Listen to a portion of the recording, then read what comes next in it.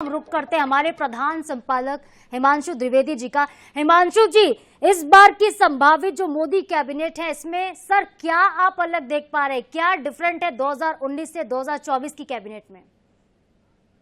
देखिए, जो कैबिनेट अभी दिखाई दे रही है, ऐसी उम्मीद की जा रही थी, ऐसी आशंकाएं जताई जा रही थी कि चूंकि भारतीय जनता पार्टी को स्पष्ट बहुमत नहीं मिला है, इसलिए इस सरकार में दबाव रहेगा और उस दबाव का तनाव रहेगा। पर अभी तक जो स्वरूप बनकर आया है, उसके अंदर इस कैबिनेट में पूरी तरीके से मोदी का ही प्रभाव दिख रहा है, मोदी की ही पसंद दिख रही है, मोदी के अनुसार ही टीम दिख रही है। सहयोगी दल जो अतीत में दबाव की राजनीति के अभ्यस्त रहे हैं, नरेंद्र मोदी या अमित शाह पर वैसा दबाव बना पाने में कामयाब नहीं दिख रहे हैं। सहयोगी दलों के संदर्भ में खबरें चल रही थी पिछले 3 दिन से कि 4 पद मांग रहे हैं, 5 पद मांग रहे हैं, ये पद मांग रहे हैं, वो पद मांग रहे हैं, लेकिन कुल मिलाकर सहयोगी दलों को 2-1 सीटों के साथ ही मंत्रिमंडल में संतोष करना पड़ रहा है, जो स्वरूप अभी तक निकल कर आया है। अभी तक अधिकृत रूप से यूं प्रधानमंत्री कार्यालय के द्वारा या राष्ट्रपति कार्यालय के द्वारा कोई सूची दी नहीं गई है, पर प्रधानमंत्री के साथ चाय में जो लोग दिखाई दिए हैं, उनमें किसी भी सहयोगी दल के 2 से ज्यादा प्रतिनिधि दिखाई नहीं दिए। तो यह स्पष्ट तौर पर दिखता है कि किसी भी सहयोगी दल को 2 से ज्यादा स्थान मंत्रिमंडल में नहीं मिल रहे हैं। तो ये अपने आप में दिखाता है कि नरेंद्र मोदी दबाव में नहीं आए हैं। जैसे तेलुगु देशम के संदर्भ में यह बात चल रही थी कि 4 या 5 पद वो मांग रहे हैं, जनता दल यूनाइटेड 4-5 पद मांग रहे हैं, तो वो दिखाई नहीं दे रहा है। दूसरा महत्वपूर्ण बात यह दिख रही है कि तमाम बड़े चेहरे जो अतीत में भारतीय जनता पार्टी के स्पष्ट जनादेश की सरकार का चेहरा हुआ करते हैं, उनमें से अधिकांश चेहरे अभी भी दिखाई दे रहे हैं। हमें राजनाथ सिंह दिखाई दे रहे हैं, हमें नितिन गडकरी दिखाई दे रहे हैं, हमें निर्मला सीतारमण दिखाई दे रही हैं, हमें भूपेंद्र यादव दिखाई दे रहे हैं, हमें धर्मेंद्र यादव दिखाई दे रहे हैं। तो कहने का आशय है कि वो तमाम चेहरे जो अतीत में मोदी कैबिनेट का हिस्सा रहे हैं, वो चेहरे अभी भी दिख रहे हैं। आने वाले चुनाव की छाया भी इसमें दिख रही है। हरियाणा के संदर्भ में बहुत ही खराब प्रदर्शन भारतीय जनता पार्टी का रहा है। 10 में से 5 सीटें हार चुकी भारतीय जनता पार्टी इस बार अपने मंत्रिमंडल में संख्या बढ़ाने जा रही है। राज्य में सीटें हारने के बाद भी हरियाणा को पुरस्कार मिलने जा रहा है, क्योंकि हरियाणा में 10 की 10 सीटें आने के बाद में 2 सांसद मंत्री के तौर पर देखते थे, एक राव इंद्रजीत और एक कृष्णपाल गुर्जर।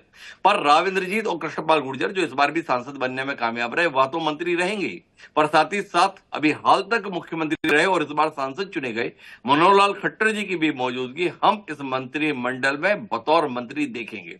तो हरियाणा जहां से कुल 5 सांसद लोकसभा में आने में सफल रहे हो, उन 5 में से 3 मंत्रिमंडल का चेहरा होंगे। वहीं अगर छत्तीसगढ़ के संदर्भ में बात करते हैं, तो छत्तीसगढ़ हमेशा से निराश होता आया है केंद्रीय स्तर पर। निराश इसलिए कि प्रतिनिधित्व तो मिलता है, पर उस अपेक्षा के अनुरूप नहीं मिलता है जो छत्तीसगढ़ का हक बनता है।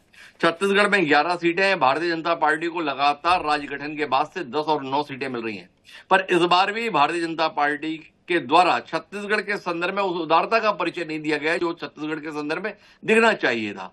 हक नहीं दिया जा रहा है इस रूप में भी अगर कह लें। छत्तीसगढ़ से बृजमोहन अग्रवाल जैसा कद्दावर नेता, 8 बार का विधायक, तकरीबन 20 साल से ज्यादा का मंत्री, सांसद चुनकर गया। देश में टॉप 10 जो जीत हैं उनमें से एक नाम बृजमोहन अग्रवाल के, लेकिन बृजमोहन अग्रवाल मंत्री के तौर पर अभी तक तो कम से कम हिस्सा नहीं दिख रहे हैं। तो यह अपने आप में चौंकाता है, हतोत्साहित करता है। चौंका तो हतोत्साहित इसलिए है कि इतनी बड़ी जीत के बाद भी व्यक्ति नजरअंदाज किया जा रहा है, और हतोत्साहित इसलिए करता है कि इसका ठीक ठाक आशय यह कि इस बार भी केंद्रीय मंत्री का पद छत्तीसगढ़ के हिस्से में नहीं आ रहा है। चाहे यूपीए की सरकार रही हो, चाहे भारतीय जनता पार्टी की सरकार रही हो, अभी तक 24 साल में छत्तीसगढ़ के किसी भी नेता को कैबिनेट मंत्री का दर्जा नहीं मिला है। चरणदास महंत यूपीए सरकार में मंत्री रहे, लेकिन उन्हें कैबिनेट मंत्री नहीं बनाया। रमेश बैस, दिलीप सिंह जूदेव, डॉक्टर रमन सिंह या रेणुका सिंह, विष्णुदेव साय, ये जो तमाम नाम केंद्र में मंत्री के तौर पर तो दिखे, पर इनको कभी कैबिनेट मंत्री का दर्जा नहीं मिला, कैबिनेट मंत्री की हैसियत नहीं मिली। और इस बार भी चर्चाओं में था कि या तो बृजमोहन अग्रवाल को मौका मिलेगा या 4 लाख मतों के विशाल अंतर से जीते पिछड़े वर्ग से आने वाले विजय बघेल को मौका मिलेगा, जो 2 बार के सांसद हैं। पर उन अनुमानों को धता बताते हुए जो फोन आया है, जो कॉल आई है, वो तोखन साहू के पास आई है, वो तोखन साहू के पास आई है जो बिलासपुर से पहली बार सांसद बने हैं। साहू समाज का छत्तीसगढ़ में प्रभाव है। साहू समाज की भारतीय जनता पार्टी के प्रति एक निष्ठा रही है। ये निष्ठा 2019 में कहीं ना कहीं अलग हुई थी, पर वापस साहू वोट भारतीय जनता पार्टी के साथ आके खड़ा हुआ है और कहीं ना कहीं साहू समाज को संतुष्ट करने की गर्ज से तोखन साहू को मंत्रिमंडल में मौका मिल रहा है। तो कुल मिलाकर पुराने चेहरे हैं इस मंत्रिमंडल में बड़ी संख्या में, तमाम स्थापित चेहरों को फिर से मौका मिल रहा है। नरेंद्र मोदी का बिना दबाव में आए अपनी टीम का गठन साफ तौर पर दिखाई दे रहा है। और छत्तीसगढ़ के संदर्भ में अगर बात करें तो छत्तीसगढ़ फिर से कहीं ना कहीं चला गया है, ऐसा दिखाई दे रहा है। जी हिमांशु जी, लेकिन यहाँ पर इस बार एमपी का कद अगर देखें तो यूपी के जैसा दिखाई देता है। 5 मंत्री, हालांकि पिछली बार 2019 में भी थे, लेकिन इस बार भी 5 नाम चर्चा में है। शिवराज सिंह चौहान की बात कर लें, ज्योतिरादित्य सिंधिया जी की बात कर लें, एक महिला सांसद का भी नाम आ रहा है, सावित्री ठाकुर है, और इसके अलावा वीरेंद्र खटीक का भी नाम है, और दुर्गादास उइके का भी नाम सर आ रहा है। तो क्या समझा जाए, क्या यूपी की तर्ज पर मध्य प्रदेश अब देश भर में लोकप्रिय हो जाएगा? सर, इसे आप कैसे देखते हैं? क्या वाकई एमपी अब यूपी की तर्ज पर उतनी लोकप्रियता हासिल कर पाएगा? देखिए, यूपी की तर्ज की बात नहीं है। मध्य प्रदेश ने जिस प्रकार का प्रदर्शन किया उसके चलते मध्य प्रदेश को एड्रेस करना भाजपा के लिए जरूरी है। मध्य प्रदेश ने 100% का सक्सेस रेट दिया है। वो 100% का सक्सेस रेट दिया है जो गुजरात के द्वारा भी नहीं दिया गया है, छत्तीसगढ़ ने नहीं दिया है, राजस्थान ने दिया है। मध्य प्रदेश में डॉक्टर मोहन यादव और विष्णु दत्त शर्मा की जोड़ी ने जो कमाल किया है, उस कमाल को नजरअंदाज भारतीय जनता पार्टी का संगठन नहीं कर रहा, ये दिखाई देता है। भारतीय जनता पार्टी इस बार मध्य प्रदेश को यथोचित सम्मान दे रही है और स्थान दे रही है और सामाजिक समीकरण का भी ध्यान रख रही है। मध्य प्रदेश में सबसे ज्यादा जो निगाह थी वो इस बात की थी कि जो शिवराज सिंह चौहान प्रचंड बहुमत से विधानसभा चुनाव पार्टी को जिता देने के बाद भी दरकिनार कर दिए गए, मुख्यमंत्री पद से हटा दिए गए, उनके साथ पार्टी क्या करेगी। एक जवाब आया जब उन्हें लोकसभा में प्रत्याशी बनाया, पर लोकसभा चुनाव में प्रचंड जीत के बाद शिवराज के साथ होगा क्या? कुछ लोग जो शिवराज जी पे अतिरिक्त मेहरबानी करना चाहते थे उन्होंने तो उन्हें प्रधानमंत्री की मांग कर दी। जो लोग शिवराज जी को कहीं नहीं देखना चाहते थे उन्होंने उन्हें राष्ट्रीय अध्यक्ष के तौर पर बताना चालू कर दिया। पर दोनों ही कयासों को धता बताते हुए आज चाय पर शिवराज सिंह चौहान को बुलाया गया है। माना जाना चाहिए कि शिवराज सिंह चौहान नरेंद्र मोदी के मंत्रिमंडल का हिस्सा बनने जा रहे हैं और शिवराज सिंह चौहान का मंत्रिमंडल का हिस्सा बनना चौंकाने वाला नहीं है। अगर उन्हें मंत्रिमंडल में नहीं लिया जाता तो जरूर हम लोग चौंक जाते।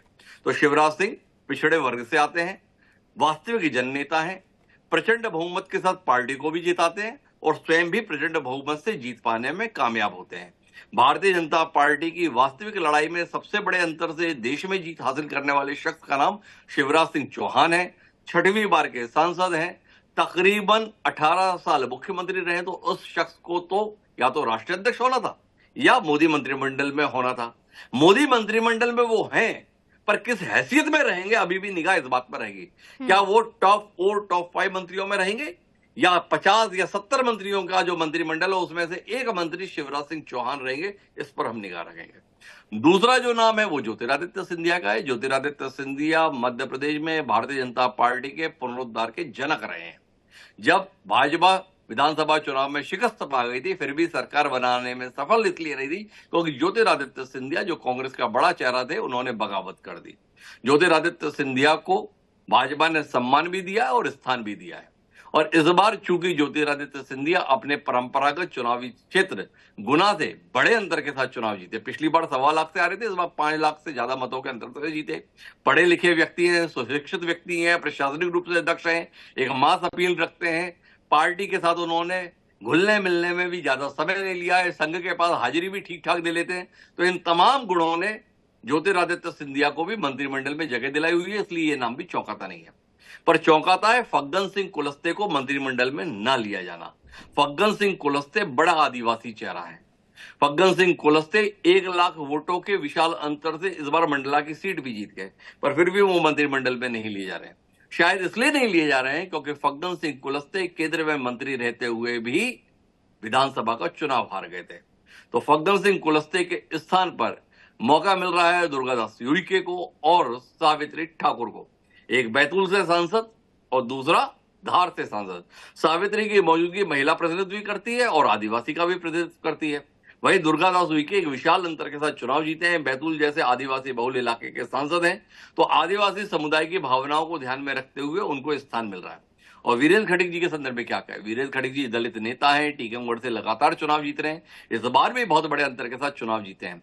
तो कुल मिलाकर सामान्य वर्ग से आने वाले ज्योतिरादित्य सिंधिया, पिछड़ा वर्ग से आने वाले शिवराज सिंह चौहान, दलित वर्ग से आने वाले वीरेंद्र खटीक और आदिवासी समुदाय की पहचान रखने वाले सावित्री ठाकुर और दुर्गादास उइके को मंत्रिमंडल में जगह मिल रही। तो सबने भाजपा की झोली भरी, तो भाजपा ने भी सबकी झोली भरने में सब समाजों का ध्यान रखते हुए यह फैसला लिया है। इस रूप में हमें इसे देखना चाहिए। जी हिमांशु जी, लेकिन छत्तीसगढ़ जैसे आप कह रहे हैं फिर से छला गया है। छत्तीसगढ़ में 11 में से 10 सीटें बीजेपी ने हासिल कर ली, बावजूद इसके अगर कैबिनेट में जगह नहीं मिलती तो कहीं ना कहीं जनता खुद को छला हुआ तो महसूस करती। लेकिन अगर बात करें तो एक तरफ शिवराज सिंह चौहान है, मनोहर लाल खट्टर जैसे बड़े चेहरे हैं, दिग्गज चेहरे, तो दूसरी तरफ कई फ्रेश चेहरे भी दिखाई दे रहे हैं इस कैबिनेट में। इससे आप किस तरह से देखते हैं, ये जो तालमेल है वो कैसा ठीक बैठता है? देखिए, दो अलग अलग सवाल आपने एक साथ मिक्स कर दिए हैं साधना जी। शिवराज जी और मनोहर लाल खट्टर दिख रहे हैं और नए चेहरे दिख रहे हैं, ये बिल्कुल एक अलग चीज है। और छत्तीसगढ़ फिर से छला गया है, ये बिल्कुल अलग चीज है। छत्तीसगढ़ के संदर्भ में हमने ये कहा कि छत्तीसगढ़ को मंत्रिमंडल में स्थान तो दिया जाता है, इस कैबिनेट में भी छत्तीसगढ़ को स्थान मिल रहा है, पर जिस तरीके से छत्तीसगढ़ भारतीय जनता पार्टी के साथ लगातार खड़ा हुआ है, भारतीय जनता पार्टी शायद छत्तीसगढ़ को वो स्थान नहीं दे रही है। अगर मध्य प्रदेश 29 की 29 सीटें देने के एवज में 5 सीटें मोदी मंत्रिमंडल में हासिल कर सकता है, तो 11 में से 10 सीट देने के बाद छत्तीसगढ़ के हिस्से में 2 सीट क्यों नहीं आ सकती? क्यों छत्तीसगढ़ से चुने जाने वाले 8 बार के विधायक रहे बृजमोहन अग्रवाल मंत्री नहीं बनाए जा सकते? क्यों विजय बघेल जैसे कद्दावर नेता को, जो स्वयं पिछड़े वर्ग से आता है और 4-4 लाख मतों के अंतर से लगातार 2 चुनावों में जीत हासिल करता है, उसे स्थान नहीं मिल सकता? जिस संतोष पांडे जी के द्वारा भूपेश बघेल जैसे दिग्गज राजनेता और पूर्व मुख्यमंत्री को इस चुनाव में शिकस्त दी गई है, उसके नाम पर पार्टी मंत्रिमंडल का हिस्सा बनाने के संदर्भ में विचार नहीं कर रही है। ये सवाल कहीं ना कहीं कौंधता है और फिर ये लगता है कि शायद छत्तीसगढ़ की आवाज ठीक तरीके से दिल्ली में पहुंच नहीं रही है। यह आवाज पहुंचनी चाहिए। छत्तीसगढ़ ने जिस तरीके से भारतीय जनता पार्टी का समर्थन किया है, उसके मुताबिक उसे प्रतिनिधित्व मिलना चाहिए। ये भावना कहीं ना कहीं छत्तीसगढ़ के कार्यकर्ताओं के मन में भी आएगी और जनता के मन में भी आएगी। हो सकता है कि अगले विस्तार या अगले सुधार में शायद वो स्थान मिले। हो सकता है चूंकि अभी राज्यसभा में भारतीय जनता पार्टी का प्रतिनिधित्व केवल एक प्रतिनिधि के रूप में है, आने वाले समय में देखने को मिले, तो ये इसकी बात है। जहां तक आपने अनुभवी के संदर्भ में बात की है, तो अनुभव और नए खून दोनों को मौका मिलना हमेशा ही लोकतंत्र में जरूरी होता है। तो मनोहर लाल खट्टर और शिवराज सिंह चौहान बेहद अनुभवी राजनेता हैं, एक प्रशासनिक अनुभव उनके पास में रहा है। इस बार भारतीय जनता पार्टी के कई स्थापित चेहरे जो मंत्री थे वो चुनाव हार गए, तो वो जगह खाली है, वो स्थान खाली है। उन स्थानों को भरने के लिए मनोहर लाल खट्टर या शिवराज सिंह चौहान उपयुक्त व्यक्ति हैं। खट्टर जी को अगर मुख्यमंत्री पद से हटा रहे हैं और सांसद बनाकर दिल्ली ला रहे हैं, तो तय बात है कि उम्मीद की जाती है कि उनको मंत्री बनाएंगे। अगर उन्हें मंत्री नहीं बनाना था तो कहीं राज्यपाल बनाकर भी भेज सकते थे या घर पे भी आराम करा सकते थे। यही बात शिवराज सिंह चौहान के संदर्भ में भी लागू होती है। पर अब जो पहेली है वो पहेली यह है कि जितने भी नामों पर मीडिया में कयासबाजी थी राष्ट्रीय अध्यक्ष के लिए, कमोबेश वो सारे चेहरे इस समय मंत्रिमंडल का हिस्सा बनते हुए नजर आ रहे हैं। बताया जा रहा है कि जेपी नड्डा भी आज मंत्री पद की शपथ ले लेंगे। तो जब सारे ही नामचीन लोग, सारे ही विश्वसनीय लोग, सारे ही भरोसे के साथ देखे जाने वाले लोग जब इस मंत्रिमंडल का हिस्सा बन रहे हैं, तो क्या राष्ट्रीय अध्यक्ष के तौर पे एकदम नया चेहरा लाया जाएगा? क्या संघ की पसंद से वो राष्ट्रीय अध्यक्ष का चेहरा होगा? ये सवाल महत्वपूर्ण है। आने वाले समय में हमें इसका उत्तर मिलेगा। ठीक है सर, महाराष्ट्र की तरफ रुख करते हैं, क्योंकि गठबंधन में एनसीपी भी इस बार रही है, लेकिन ये कहा जा रहा है कि अजीत पवार नाराज चल रहे हैं। सर कितना सच है, क्या वाकई नाराज चल रहे हैं वो, कैबिनेट में जगह नहीं मिली? देखिए, एनसीपी के संदर्भ में जो खबर आ रही है वो खबर ये आ रही है कि वो अंतर्द्वंद का शिकार हो गई है। एनसीपी की वैसे भी नेगोशिएट करने की औकात नहीं बची है। एनसीपी कुल मिलाकर जनता के स्तर पर खारिज हो गए। जो जनता के स्तर पर खारिज हो गया उसे भाजपा के स्तर पर खारिज कर दिया जाए, कोई बड़ी बात नहीं है। एनसीपी लोकसभा चुनाव में केवल 1 सीट जीत पाने में कामयाब हुई है। उसके कुछ सदस्य राज्यसभा में हैं। अब उनके बीच में आपसी लड़ाई है कि मंत्री बने तो कौन बने। बताया जा रहा है कि एक मंत्री पद देने के लिए भारतीय जनता पार्टी का शीर्ष नेतृत्व तैयार है। उसमें प्रफुल्ल पटेल अपनी दावेदारी कर रहे हैं, लेकिन प्रफुल्ल पटेल के नाम पर बाकी नेताओं की असहमति है। प्रफुल्ल पटेल पहले ही भाजपा के साथ आने की पर्याप्त कीमत वसूल चुके हैं। प्रफुल्ल पटेल के खिलाफ जो मामला चल रहा था ईडी का, वो मामले पे तालाबंदी हो चुकी है। प्रफुल्ल पटेल के जो संपत्ति जब्त थी, अभी 4 दिन पहले खबर आई है 150 या 200 करोड़ की, वो फ्री हो चुकी है। तो सब कुछ क्या प्रफुल्ल पटेल को मिल जाएगा? और प्रफुल्ल पटेल या एनसीपी के साथ आने से भाजपा के हिस्से में आ क्या रहा है? उल्हाना, आक्षेप। तो कुल मिलाकर एनसीपी अपने आप को साबित करने में कामयाब नहीं रही है। जो अजीत पवार गुट है, अजीत पवार ने अपनी पत्नी को बारामती में चुनाव लड़वाया सुप्रिया सुले के खिलाफ। तय होना था कि ताकत किसके पास है, तय होना था कि वास्तविक तौर पर एनसीपी किसकी है, तय होना था कि एनसीपी के साथ कार्यकर्ता और जनता कौन से एनसीपी के साथ में है। उत्तर आ गया, सुप्रिया सुले ने तसल्ली के साथ में सुनेत्रा पवार को चुनाव हरा दिया। समझ में आ गया कि भाई शरद पवार ही असल पावर हैं। अजीत पवार जो कुछ भी थे वो शरद पवार की कृपा से थे। शरद पवार से अलग हुए अजीत पवार को उनकी हैसियत पार्टी कार्यकर्ताओं ने भी दिखा दी और साथ ही साथ जनता ने भी दिखा दी। तो जिसकी हैसियत जनता के द्वारा दिखा दी जाती है, उसको भाजपा को हैसियत दिखाने में क्या देर लगेगी? भाजपा ने भी हैसियत दिखा दी। तो अब शाम तक में अगर कुछ सुधार हो जाएगा तो एक चेहरा दिख जाएगा, अन्यथा एनसीपी के बगैर भी मोदी जी का मंत्रिमंडल बन ही जाएगा। बिल्कुल सर ओडिशा के संदर्भ में भी बात कर लेते हैं। मुख्यमंत्री का चेहरा चुना जाना है, लेकिन कहा जा रहा है कि धर्मेंद्र प्रधान इस वक्त उनके नाम को लेकर असमंजस की स्थिति है। मुख्यमंत्री बनाया जाए या कैबिनेट में मंत्री बनाया जाए, इसको लेकर क्या खबर है सर? खबर यह आ रही है कि धर्मेंद्र प्रधान को केंद्रीय मंत्रिमंडल का हिस्सा बनाया जाएगा। दरअसल बात यह है कि पहले ही भारतीय जनता पार्टी इस बार स्पष्ट बहुमत से दूर है। 240 सीटें हैं। अब अगर किसी सांसद को आप राज्य की राजनीति में भेजते हैं तो आपको फिर किसी उपचुनाव का सामना करना पड़ेगा। इसलिए उड़ीसा के संदर्भ में खबर यह आ रही है कि वहां से किसी विधायक को ही मौका देने का मन है, किसी सांसद को वहां पर यह जिम्मेदारी देने का इरादा नहीं है। तो कुल मिला के धर्मेंद्र प्रधान, जो आज सुबह तक मुख्यमंत्री पद के संदर्भ में सबसे मजबूत दावेदार समझे जा रहे थे, उनको आप केंद्रीय मंत्रिमंडल के हिस्से के तौर पर देखें। वहां के संदर्भ में विधायकों के बीच से ही किसी नाम के आने की संभावना है। वहां पर दरअसल सबसे महत्वपूर्ण नाम तो प्रदेश अध्यक्ष का था, पर प्रदेश अध्यक्ष पार्टी को तो जीत दिला दिया पर खुद को जीत नहीं दिला पाए। 1600 वोटों से वो चुनाव हार गए। इस कारण से पार्टी असमंजस की शिकार है, द्वंद्व की शिकार है। उम्मीद करते हैं कि कल शायद पार्टी इस संदर्भ में फैसला ले पाएगी, जब मोदी मंत्रिमंडल के गठन से पार्टी फुर्सत हो जाएगी। लेकिन धर्मेंद्र प्रधान के संदर्भ में स्पष्ट है, धर्मेंद्र प्रधान नरेंद्र मोदी मंत्रिमंडल का एक मजबूत चेहरा पिछले 10 साल से रहे। वह एक बार फिर नरेंद्र मोदी के मंत्रिमंडल के चेहरे के तौर पर ही हमें आज शाम को भी दिखाई देंगे। ठीक है सर, यूपी बिहार के संदर्भ में अगर देखें तो उत्तर प्रदेश से 8 लोगों को फोन पहुंचा है। 8 लोग चाय पर चर्चा के लिए पहुंचे थे, तो बिहार से 6 लोग पहुंचे थे। सर, ये गणित किस तरह से ठीक बैठता है? क्योंकि यूपी में तो बीजेपी का प्रदर्शन इस बार कुछ खास नहीं रहा, लेकिन यूपी में फिर भी 8 मंत्री बनाए जा रहे हैं।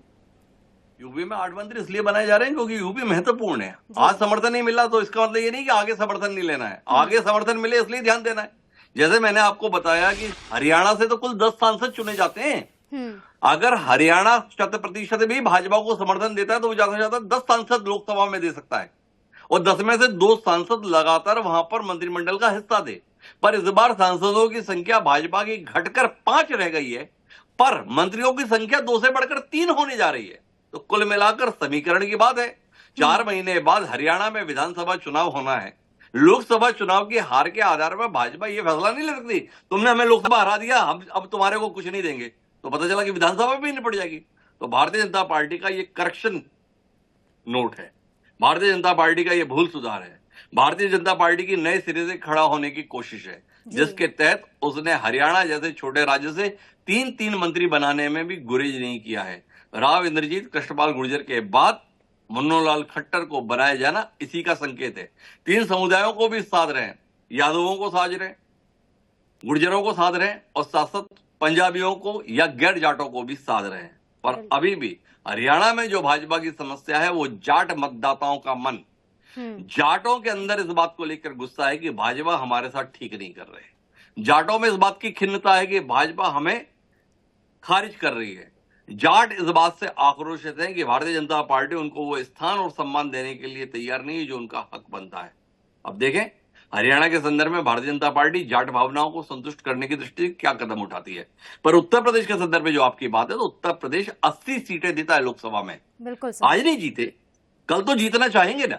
तो जी। कल जीतना चाहेंगे तो क्या करेंगे? यही करेंगे कि सारे क्षेत्रों से प्रतिनिधित्व दें, सारे बेहतर संभावनाओं वाले लोगों को मंत्रिमंडल का हिस्सा बनाए और उत्तर प्रदेश में पार्टी के प्रति वापस वैसी सद्भावना पैदा करने की कोशिश करें जैसी भाजपा के प्रति अतीत में रही है। पिछले 2 लोकसभा चुनाव, 2 विधानसभा चुनाव में उत्तर प्रदेश की जनता ने भरपूर आशीर्वाद भारतीय जनता पार्टी को दिया है।